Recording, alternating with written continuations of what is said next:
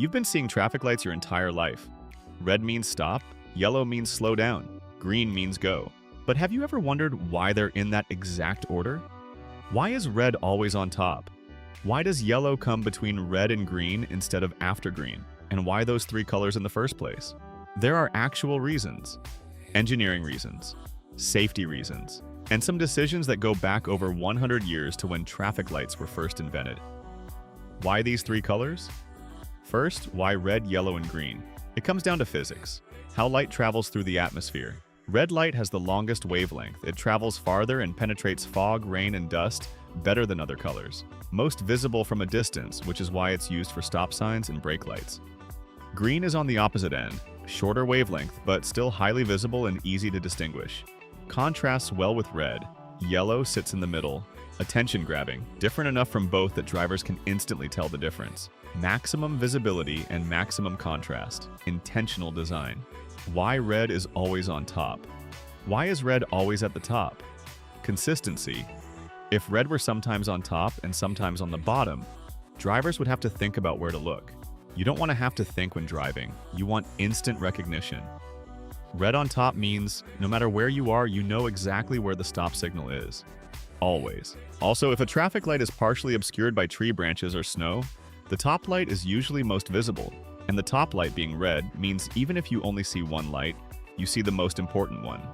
Why yellow comes between red and green? Yellow doesn't just mean slow down. It has a specific purpose. Yellow is a transition signal. It tells you the light is about to change from green to red. Gives you time to decide whether to stop or proceed. If the light went straight from green to red, you'd have two bad options. Slam on brakes and risk getting rear-ended, or blow through the red light. Yellow solves that. Creates a buffer, a decision window. The sequence is predictable. Red, yellow, green, yellow, red. The yellow always signals a transition. Some countries use yellow after red before green. A heads up, the light is about to turn green. But in the US, we skip that. Why? Because American traffic engineers decided that encouraged people to jump the light, to accelerate before the light actually turned green. Safety issues. So in the US, red, green, yellow, red. Yellow always comes before red, never before green. Keeps it consistent and predictable. The timing matters too. The length of the yellow light isn't random. It's calculated based on the speed limit.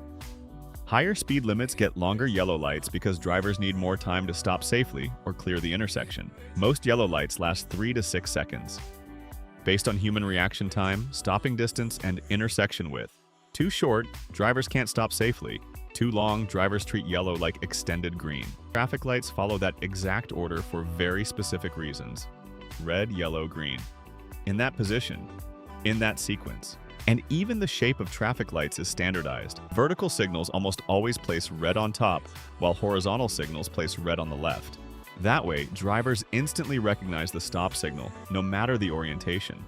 Traffic lights are also designed for people with color blindness, because red light travels farthest and is most visible.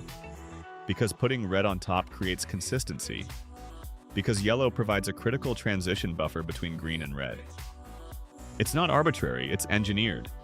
Every time you stop at a red light, you're benefiting from over a century of trial and error, physics, and traffic engineering.